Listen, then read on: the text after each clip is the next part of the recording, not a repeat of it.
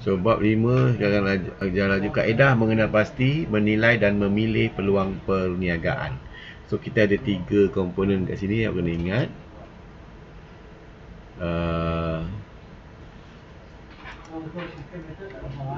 Yang pertama ialah kaedah mengenal pasti.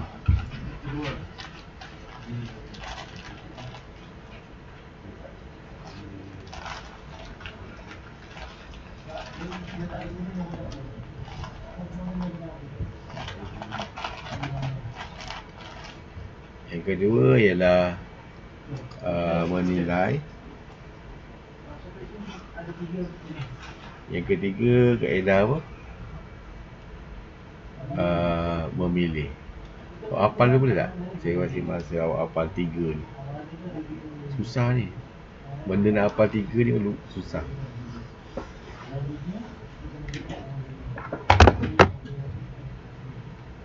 Kan? Nak beli pen tu kat mana? Yang awak tulis pen. Pen. Untuk online tu lah. Tulis lah. Pen yang tadi tengok macam tu. Oh, yang sebab tu? Beli ke Shopee. Apa nama tu? Drawing board. Drawing board. Oh, tapi mahal ke? Dah 80 siap dengan pen tadi Drawing board nama dia? Boleh, bagus guna? Saya beli murah je. Tak apalah, bagus lah. Boleh guna lah. Kalau nak yang mahal, makom. Oh, itu mahal 300 lebih 500. Itu mahal lah. Dari China punya. Lambat sampai? Memang daripada China ke apa? Dari China. Oh, lambat sampai tak? Dalam seminggu lebih gitu lah. Oh, apa kita beli kat mana? Shopee Shopee. Oh, alah, okey. So kaedah yang pertama ialah mengenal pasti. Kedua menilai, yang ketiga memilih. Ini macam awak nak memilih pasangan hidup awak, isteri ataupun suami. So yang ini awak cerita kalau nak pilih isteri, awak tak boleh terus aku nak kahwin dengan kau. Kita tak kenal apa-apa, alih-alih tengok pasangan awak tu gila ke ataupun garang ke ataupun mudah terlupa ke So kita terjah tak boleh juga So kalau dalam peluang perniagaan ni kita ada awak tulis kena pasti. Yang kedua ialah apa? Menilai. Yang ketiga ialah memilih.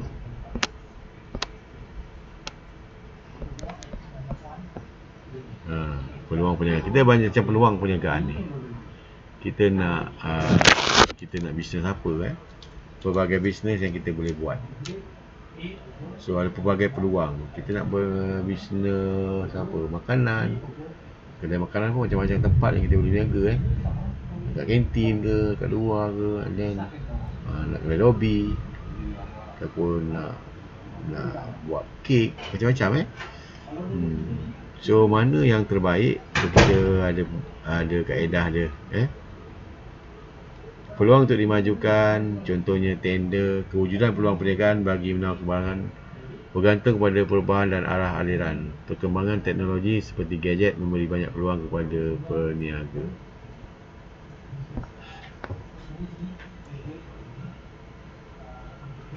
Kalau kita ada tender kan, tender, orang kata tender membekalkan produk, tender membekalkan alatan, membekalkan alat tulis, tender mengusahakan kantin, tender melukis oleh kerajaan kan, dikeluarkan oleh kerajaan. Jadi kita boleh menawarkan perkhidmatan dan dapat duit Dan seterusnya mungkin perkembangan teknologi pun memberi peluang. Gadget, application memudahkan kita untuk mendaftar, e-commerce untuk memesan barang. Contohnya kita dapat barang daripada China, kita kita order, kita bayar dan kita dapat barang tersebut. So kita juga mengambil kira faktor-faktor persedaran dalam nak mengenal pasti peluang ni, iaitu ekonomi Malaysia stabil atau tidak. Sekarang ni masih belum stabil kan. Kalau kita buka sektor-sektor yang perhotelan ke, masih belum stabil lagi. Hiburan belum stabil, sukan belum. Sebab apa? Pandemik COVID-19. Sosial budaya orang Cina, orang Melayu, orang India. So orang Cina terkenal dengan pada hari perayaan dia ialah dengan bekalan buah orennya. Orang India tidak memang mengharamkan makanan berupa daging, lembu dan sebagainya. So kita kena peka dengan sosial budaya masyarakat. Kalau Islamnya tak boleh makan babi dan sebagainya. So this is sosial budaya. Politik negara Malaysia ni, apakah keperluan kerajaan, politiknya, keperluan lesen undang-undang, politik, undang-undang, tahap persaingan dan teknologi yang kita ada. Yang ini kita dah sentuh rasanya. Persaingan jangan terlalu banyak persaingan. Kalau terlalu banyak kita kalah kadang-kadang dalam persaingan dan teknologi. So kita nak melihat kepada yang pertama adalah peluang dan juga konsep perniagaan yang menghasilkan keuntungan. So ini contohnya kita jangan terlambat lah. Contohnya pada waktu ketika awalnya dulu jualan face mask kan, orang mencari-cari. Jadi kalau pada masa itu kita dah hidu, dah cepat, orang memang habis cepat jual. Orang nak kat mana-mana tak ada kan. Tapi ketika ini dah ada. So kalau kita terlambat, kita terlepas peluang. Peluang dalam pasaran wujud apabila masih terdapat ruang atau kesempatan untuk menawarkan perangan yang boleh memenuhi permintaan dan cita rasa.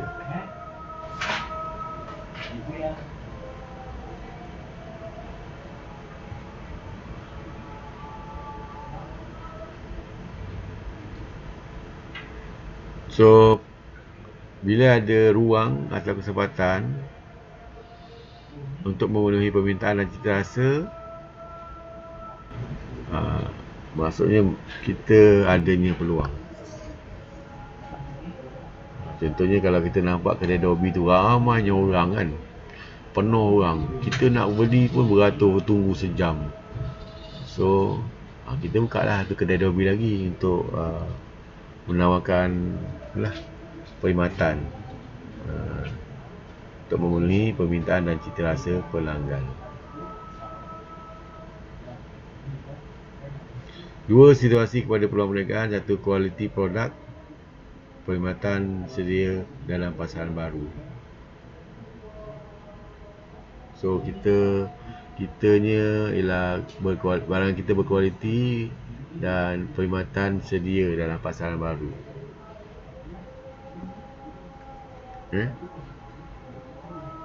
So kita punya barangan ialah barangan yang berkualiti, tahan lama ke, lebih sedap ke, walaupun ada yang menjual barang yang sama, tapi orang lebih melihat kepada kualiti. Perkhidmatan sedia dalam pasaran baru. Mengenal pasti, menilai dan memilih orang bukan satu perkara mudah. Dia bukannya mudah. Jangan awak macam contoh nak pilih isteri, jangan terus pilih. Macam itulah. Macam ikut kawan. Kalau salah pilih kawan, awak akan hanyut. Dan ada satu kritikan, nak mulakan perniagaan ada kritikan. Katakan awak tak pandai berniaga, kawan-kawan awak kata awak tak pandai berniaga, keluarga awak pun begitu, dia kata tak pandai berniaga, mubazir kan, bodoh berniaga, orang Melayu tak pandai berniaga. Itu kritikan yang orang kata semangat awak akan luntur. Usahawan perlu bersedia dari segi mental, fizikal, minat, pengalaman, kemahiran, rangkaian kenalan dan kemampuan modal. So semua, kalau awak nak menjadi usahawan berjaya, semua kena ada lah. Mental awak kena kuat. Ada orang kutuk, ada orang komen, ada orang komplain. Fizikal pun kena sihat, kena kuat lah. Minat, ya. Awak kalau betul-betul minat, insya-Allah akan terhasil.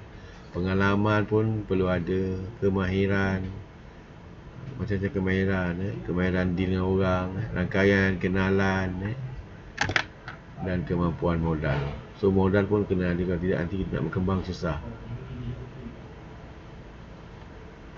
Dua faktor peluang tadi ialah barang yang sudah wujud tetapi belum memenuhi permintaan, yang barang yang dapat menyelesaikan masalah. Yang pertama, barang tu dah ada tapi belum memenuhi permintaan. Contohnya face mask tu lah, tapi ramai orang minta. Yang kedua, barang yang dapat menyelesaikan masalah. Contohnya menyelesaikan masalah apa? Masalah awak contohnya nak membasuh kan, tak ada masa. So barang yang dapat menyelesaikan masalah ialah mesin basuh dicipta. Okey. Yang ni 4 langkah mengenal pasti, menilai dan yang ni penting. Yang pertama, mengenal pasti keperluan dan kehendak pelanggan. Yang kedua, yang saya katakan satu-satu, menganalisis persekitaran, pendayaan diri dan nilai masyarakat. Yang ketiga, menilai, screening dan menapis. Dan keempat ialah memilih. Yang terakhir ialah memilih. Dan yang kelima ialah merangka rancangan perniagaan. Nanti awak akan buat awak punya tugasan, nanti saya akan berilah waktu awak cuti ni, merangka rancangan perniagaan.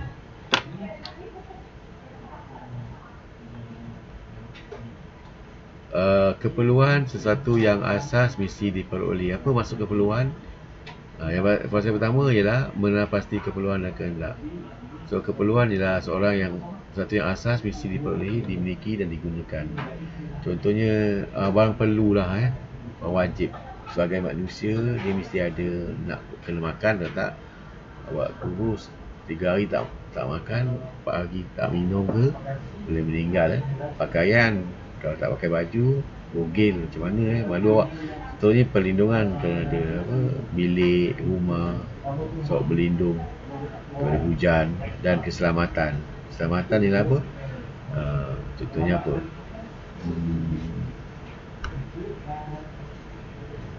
Aspek keselamatan, contohnya rumah dikunci, ada CCTV supaya tak mudah dicuri. Kehendak pula ialah keinginan ataupun kemahuan peribadi untuk sesuatu yang lebih sempurna. Keperluan ialah contohnya rumah yang biasa je, setingkat. Tapi kalau kehendak pula, dia lebih besar, rumah banglo. Rumah banglo. Dia dipengaruhi oleh budaya. Kenapa dia nak? Macam contohnya kalau baju, ada biasa boleh, tapi orang yang korporat mestilah pakai baju kot, kan? Menteri contohnya, kan? Kat parlimen tu takkan pakai baju tu pula, baju singlet pula, macam orang penuri getah takkan nak pakai tie pula, baju kot penuri getah, tak berapa, tak sesuai dengan dia punya kerja dan sebagainya. So kehendak ni lah dipenuhi oleh orang yang berpendidikan tinggi, orang yang gaji besar. So kehendaknya pun besar lah. Keperluan dan kehendak manusia tidak terhad dan pelbagai. So dia tidak terhad, dah macam-macam dia nak, Macam awak lah, macam kita ni tak pernah cukup duit, Dan sebab itu kita ada boleh menawarkan produk dan perkhidmatan.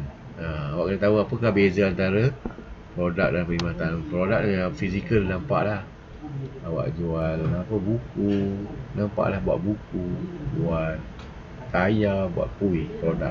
Perkhidmatan pula, dia tak ada produk, dia tak ada barang dia. Dia lebih pada kualiti, kata perkhidmatan, layanan, perkhidmatan, contohnya perkhidmatan gunting rambut, perkhidmatan mengepus barang, perkhidmatan pengangkutan. Dia tak ada bas keluar macam Grab tu, perkhidmatan Grab.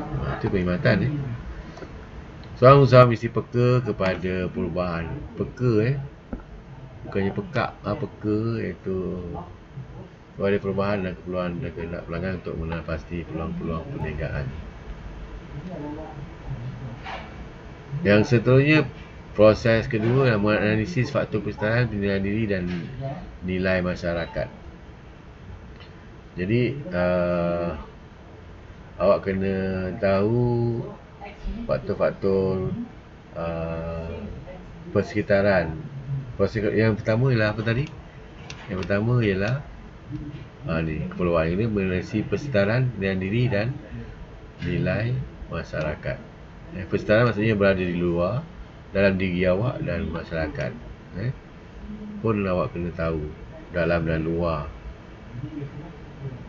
ekonomi stabil ataupun tidak. Sekarang ni kan, sekarang ni macam beberapa kali saya sebut AirAsia pun dah, awak nak buat perkhidmatan kapal terbang contohnya, ni tak stabil. Hotel contohnya, nak buat perkhidmatan hiburan, klub, tak boleh sebab ada kekangan waktu pandemik ni. Contohnya kerajaan haramkan vape, so tak boleh lah. Lesen perniagaan, pinjaman kewangan kepada KL, usaha data import dan ekspor, semua tu kita kena tahu dari segi politik atau undang-undang, apakah barangan yang telah diharamkan. Contohnya rokok yang baru ni kan, rokok yang seluduk tak boleh. Kajian terhadap sumber tempatan dan penemuan teknologi. So awak pun boleh buat kajian apa yang sumber-sumber tempatan, sumber-sumber mineral alam semula jadi yang kita boleh guna. Contohnya air mineral datangnya daripada apa? Datangnya daripada pegunungan. Penemuan teknologi, semua tu melalui kajian. Sosial ni ialah masalah sosial lah. Struktur demografi, struktur penduduk. Punya demografi, ramai penduduk, populasi dunia ni. Di taman awak, di kampung awak pun ramai kan. Contohnya masalah demografi, wanita ramai bekerja. Wanita ramai bekerja ni dia tak ada masa untuk masak, jaga anak. Sebab itu anak dia jaga orang lain, masak, dia beli, sebab dia bekerja. Maka perniagaan tazkar semakin berkembang, perniagaan dobi pun semakin berkembang. Sebab masalah sosial ni dia timbul daripada masalah penduduk sendiri. Dia dah bekerja, lepas tu anak-anak nak tuition, so kita boleh beri perkhidmatan tuition. Perkembangan teknologi, kualiti dan bentuk. So yang seterusnya, yang keempat adalah perkembangan teknologi. Awak punya macam contohnya dia bermasa dengan dia tak perlu lagi melukis guna tangan kan, dia gunakan software dan sebagainya untuk melukis reka bentuk baru. Dan daripada teknologi itu boleh kita menghasilkan contohnya mereka kartun kan, kartun Upin dan Ipin. Dulu saya ingat dulu kita keluar main macam tak ada kualiti kan. Untuk sekarang ni Upin dan Ipin berkualiti sebab teknologi sekarang ni untuk membuat kartun lebih berkualiti. Mereka bentuk menarik, unik, segar dan berinovasi. Contohnya kalau kalau penciptaan kereta yang design dia cantik, unik, dan banyak dia punya feature-features tu. Saya naik Myvi baru tadi, kalau nak start dia guna tekan je dia punya tu, start dia. Tak boleh kunci lagi. Kalau zaman dulu pakai kunci kan. Sekarang tak ada kunci lagi, kunci dalam kocik. Tak ada lah dia untuk langkah-langkah keselamatan kan. Jadi orang kalau pakai kunci, orang boleh duplicate kunci, dan boleh bawa kereta tu. Tapi kalau tak ada kuncinya, kuncinya tu tak ada. Dia guna tekan tu macam mana. Tapi lagi sebenarnya ada juga boleh juga. Ni cerita yang lain lah ya. Boleh juga dia orang duplicate tu pula ya. Dia beli benda tu RM5 je kan, RM13 saya rasa. Yang kereta yang tak ada kunci tu, tekan tu pun boleh dicuri sebab dia ada gunakan sistem komputer dia beli.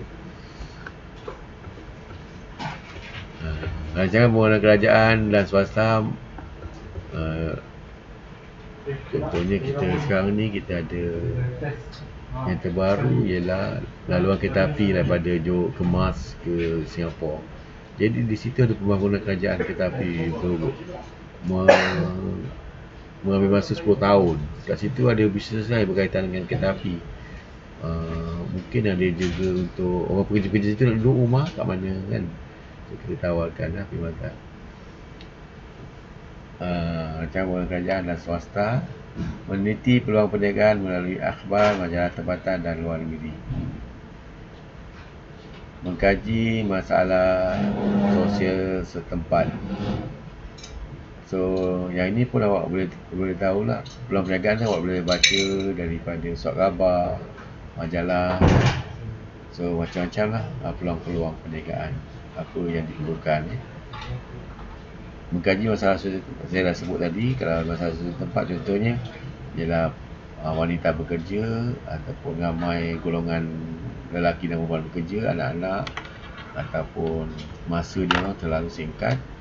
So, kita boleh memudahkan undang-undang dan peraturan. Dan sebut tadi semua Dan seterusnya menganalisis faktor persoalan dalaman. Pada dalaman ni lebih kepada apa? Awak punya apa yang ada dalam awak punya badan awak macam contoh awak ada, sila offkan awak punya mikrofon ni. Saya tak tahu siapa yang offkan siapa-siapa yang tu.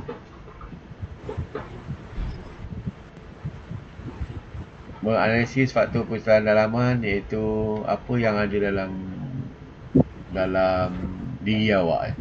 Awak dengan kawan awak yang tak belajar tu, yang tak ada kemahiran kan, ataupun masih dapat SPM, ada beza macam orang main silat, dia mesti apa ada bekalan dalam diri dia. So dari aspek apa, pengalaman kerja. Sila off, siapa yang off kan, boleh off kan tak?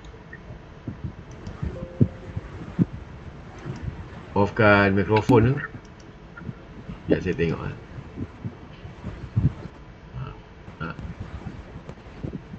apa ni?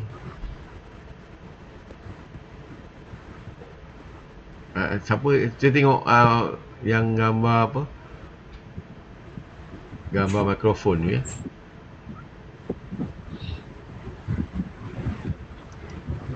Off kan tahu siapa.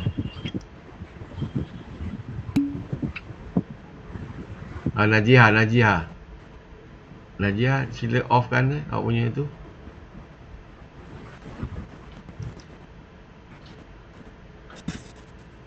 Najihah dengar tak? Bagus. Sorry siapa lagi? Ingatkan off kan So tadi dah. Sekejap. What is fast? Faktor persoalan dalaman maksudnya yang awak ada dalam diri awak ya. Dari segi pengalaman kerja awak. So mungkin awak tak ada pengalaman dalam bidang tu, kawan awak ada.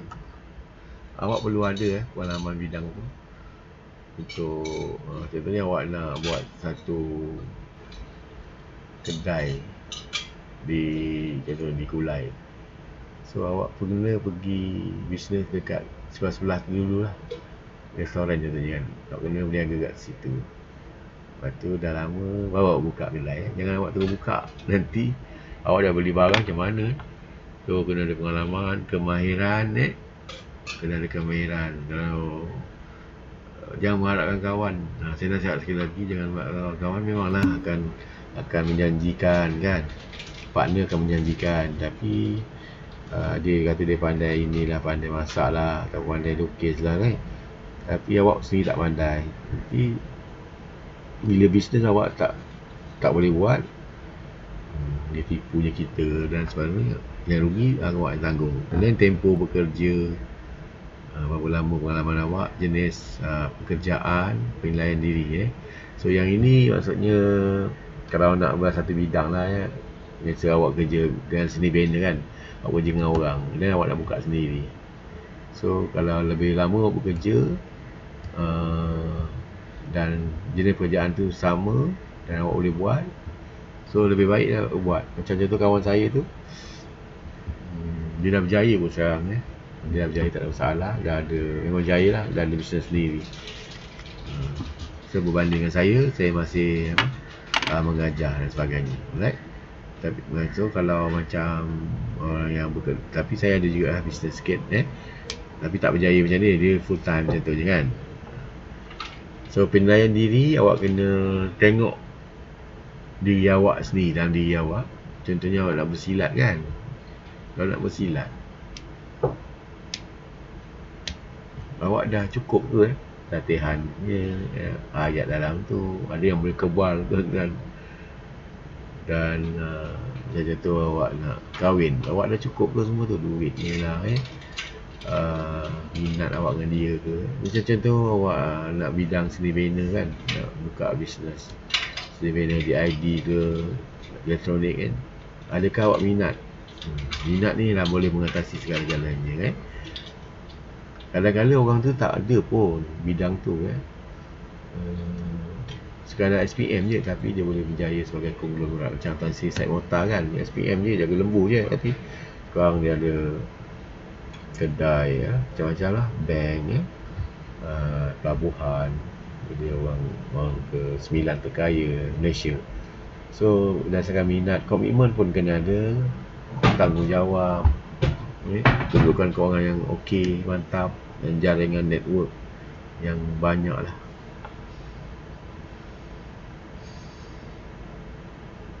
Ni dah tadi. Dan nilai masyarakat tidak bertentangan dengan nilai masyarakat setempat. Contohnya perniagaan 4 nombor ekor, tu tak boleh lah di kampung. Contohnya awak ada kampung, awak buka kedai kedai judi je, so masyarakat akan marah ya. So kena jaga. Dan seterusnya sah dari segi undang-undang, contohnya kaset cetak rompak. Kuasa kaset cetak rompak tu, rokok yang seruduk tak boleh. Kuasa monopoli dan tahap persaingan, memilih perniagaan yang tidak dimonopoli satu pihak. Awak kena pilih, jangan monopoli, maksudnya jangan awak pilih yang satu company. Contohnya monopoli elektrik elektrik ialah TNB, so itu dia di monopoli. Awak tak boleh buka satu bisnes yang sama juga macam TNB, sebab tu telah di monopoli. Kerajaan telah memberi kuasa monopoli kepada TNB ya. Macam pembekal juga, pembekal tepung pun ada monopoli lah. Tidak mencuri dengan yang telah sesak. Yang telah sesak pun jangan Sumber modal yang mencukupi, aset, bahan mentah, pengangkutan dan lain-lain.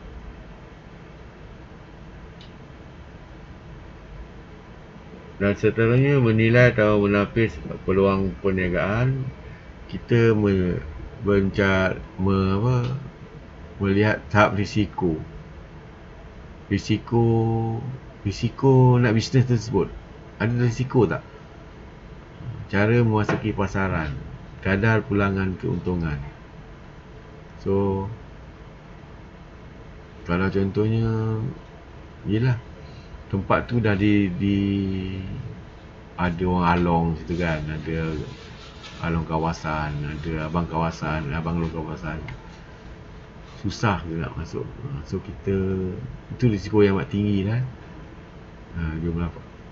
Dan sebenarnya risiko-risiko ni kita boleh kenal pasti.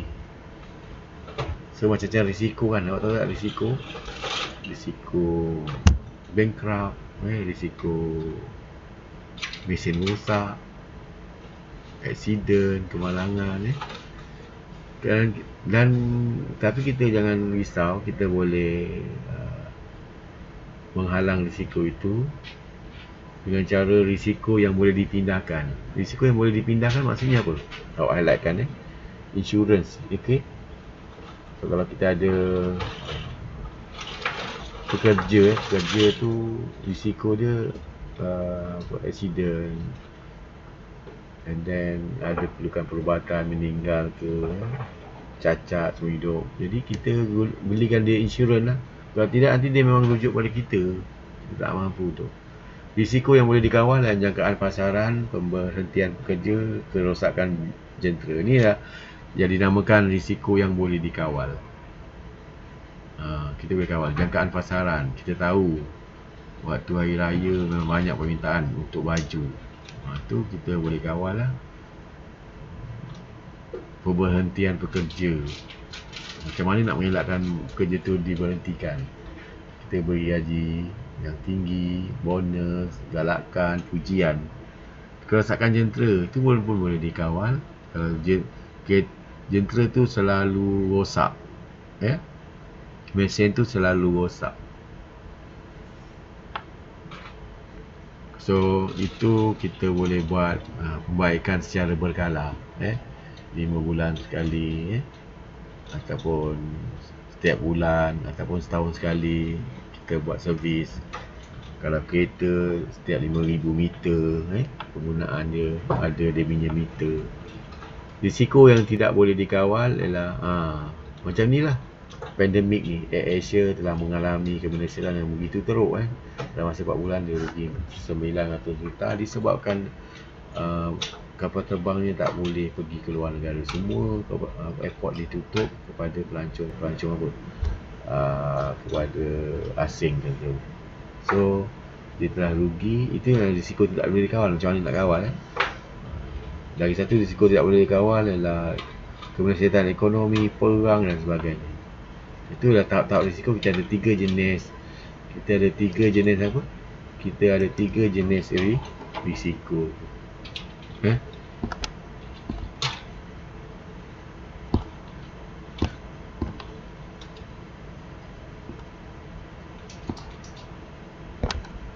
So kita ada jenis risiko dan pulangan, risk and return. Ni biasanya kita akan ada gini. Kalau awak boleh lukiskan,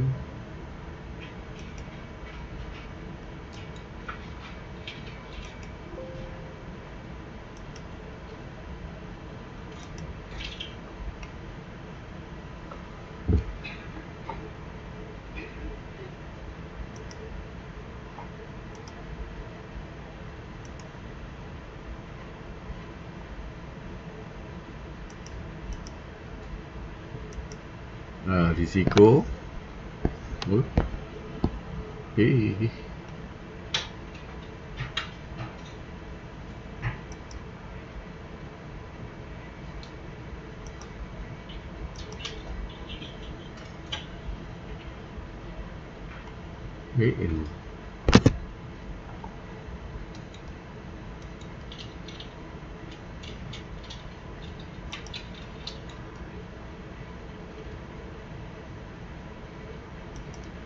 Ni risiko garisan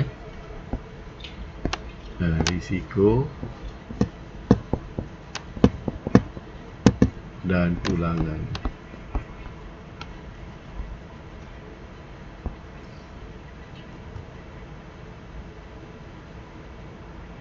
Okey, company yang berisiko tinggi, pulangan pun akan tinggi. Contohnya kalau kerja profession, kerja doktor kan, dia gaji tinggi, risiko dia pun tinggi. Orang mengharapkan yang awak punya pembedahan kan besar, pembedahan kos dia dan gaji awak pun besar, sebulan 100,000, tapi risiko dia orang mati macam mana? Awak kena jawab, biasa tak mati, Hari-hari mati pula awak buat, ya. Termasuk gunting dalam perut tu. Itu memang jelas-jelas awak punya kesilapan. Tapi gaji dia tinggi, ya. So awak tengok, risiko rendah, pulangan rendah. Okey.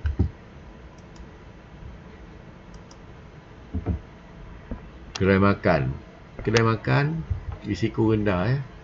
Minimarket sederhana, pulangan pun sederhana, dan pengangkutan awam contohnya Air Asia kan, risiko dia tinggi. Kapal terbangan, pulangan pun tinggi. Sekali untung, ya, awak tengok kalau ada 400, 300 lah, 300 seat, ya. Tiket 100,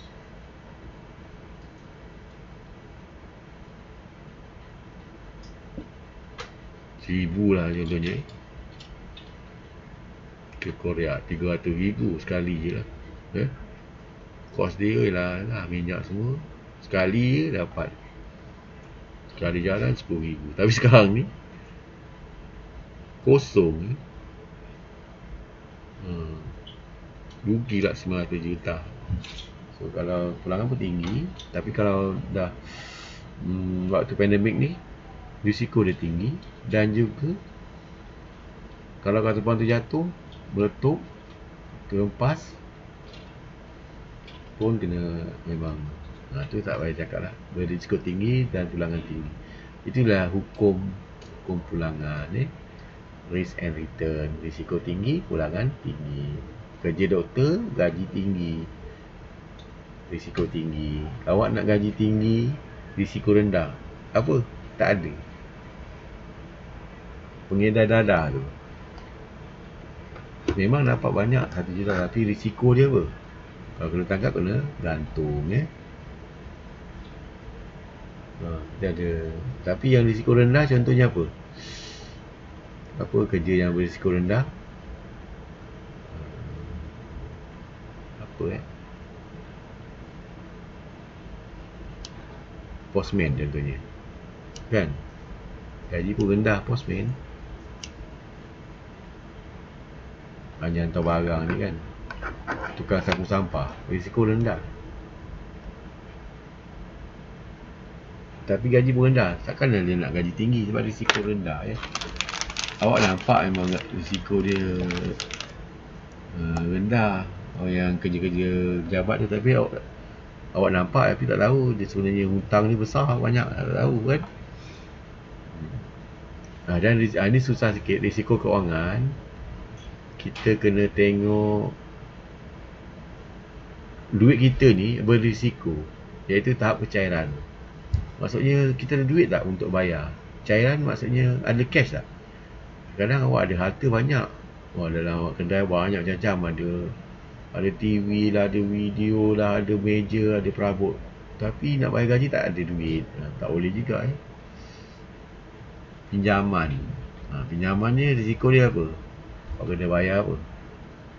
Banyak pinjaman sampai 400,000 kena bayar.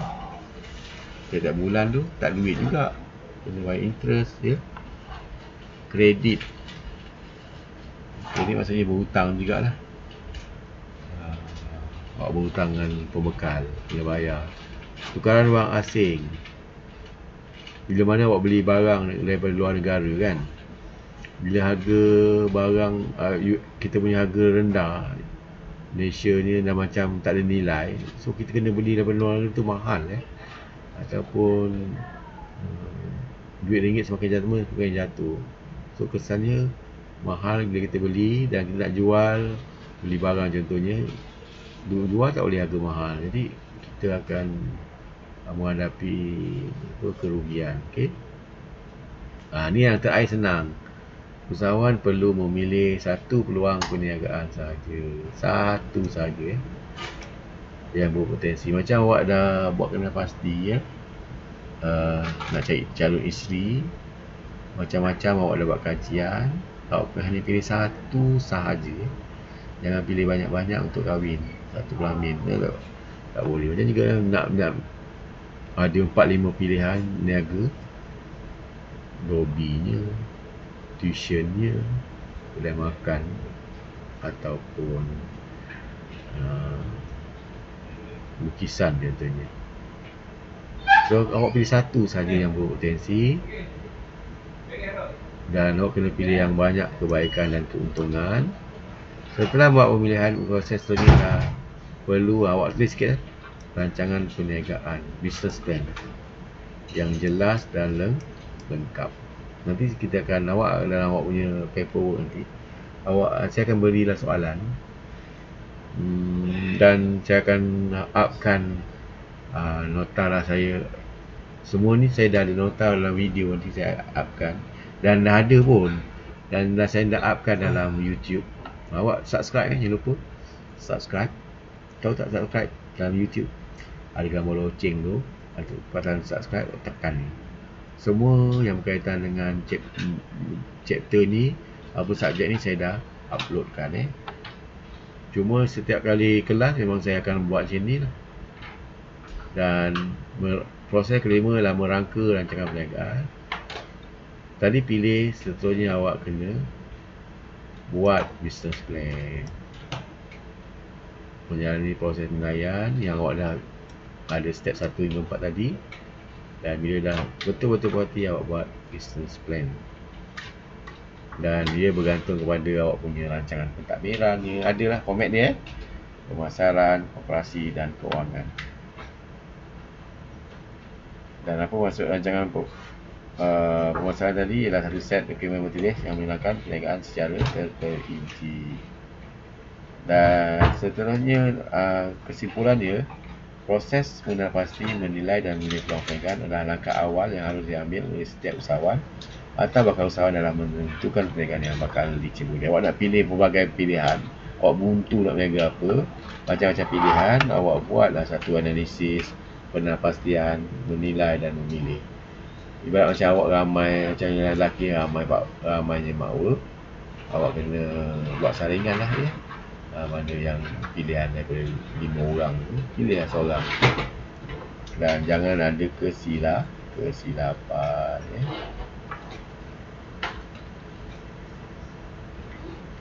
Usahawan perlu kemahiran dan pengetahuan dalam mengetahui sumber dan mekanisme supaya perniagaan dapat dijalankan secara sistematik.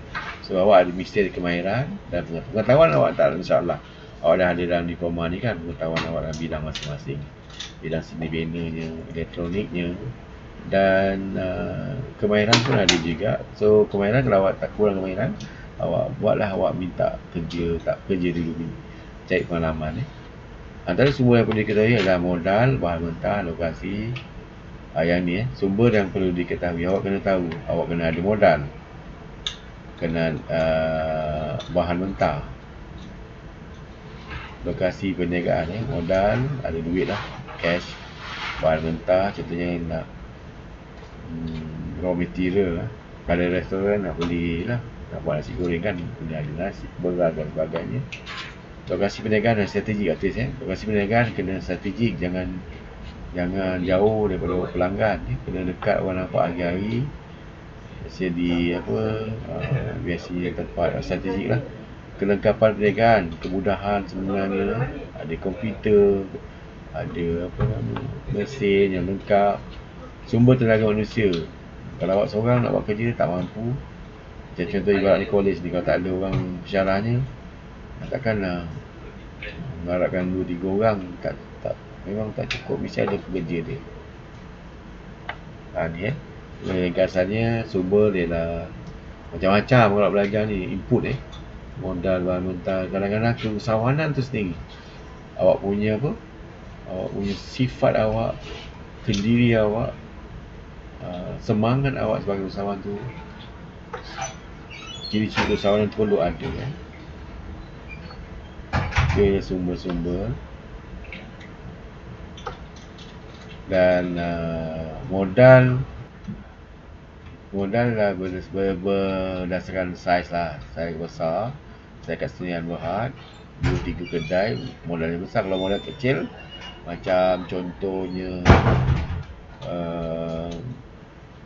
kedai tepi jalan tu, modal kecil tapi kadang untung besar tak tahu juga, rezeki lah. Modal wang simpanan, awak boleh dapat modal daripada wang duit awak, daripada saudara.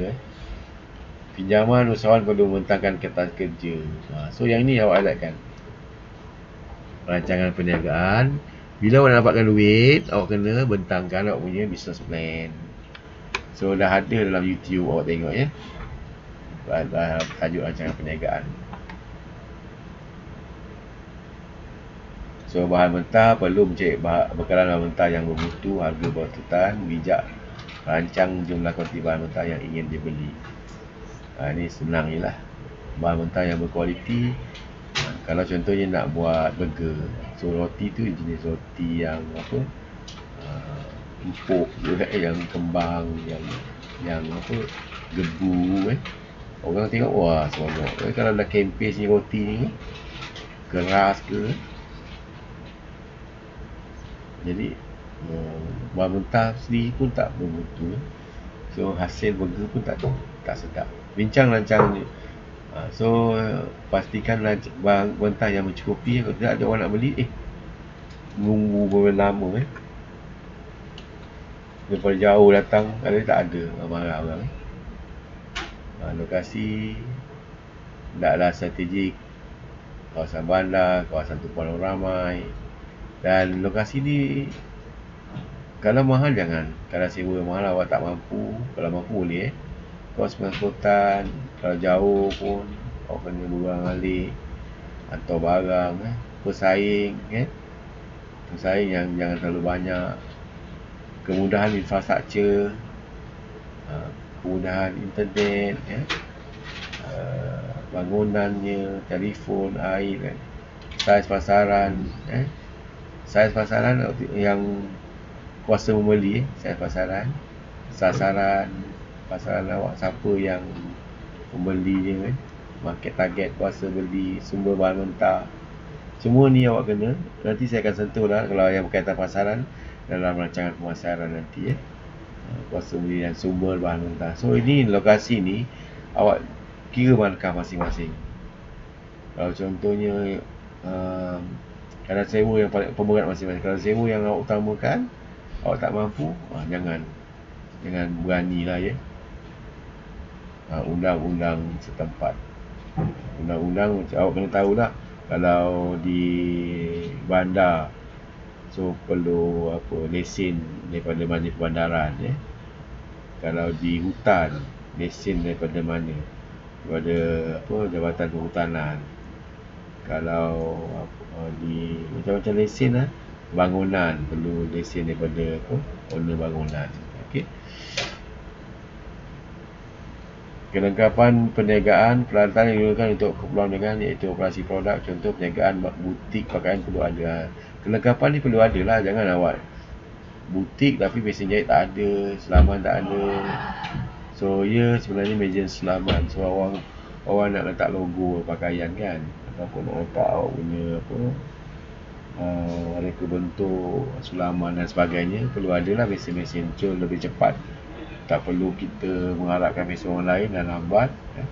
Perniagaan yang baru mula perlu menyediakan kelengkapan asas dahulu. Mesti ada basic. Contohnya kalau awak nak buat tuition, mestilah ada meja, kursi, whiteboard Kena pasti sumber tenaga manusia yang diperlukan, tak kemahiran jumlah. So sumber tenaga bekerja jangan pastikanlah dia nak tukar masak contohnya. Tak perlulah semua berpendidikan diploma kan. Mungkin makcik-makcik pun boleh panggil kan. Bergantung pada jenis perniagaan, saiz perniagaan, bajet operasi perniagaan. Jadi kalau contohnya perniagaan-perniagaan yang memerlukan kemahiran, contohnya membuat software, membuat sistem komputer, semua mungkin di kalangan diploma. Okey. So mengikut juga jenis perniagaan dan bajet awak. Okey. Kita dah habis alhamdulillah untuk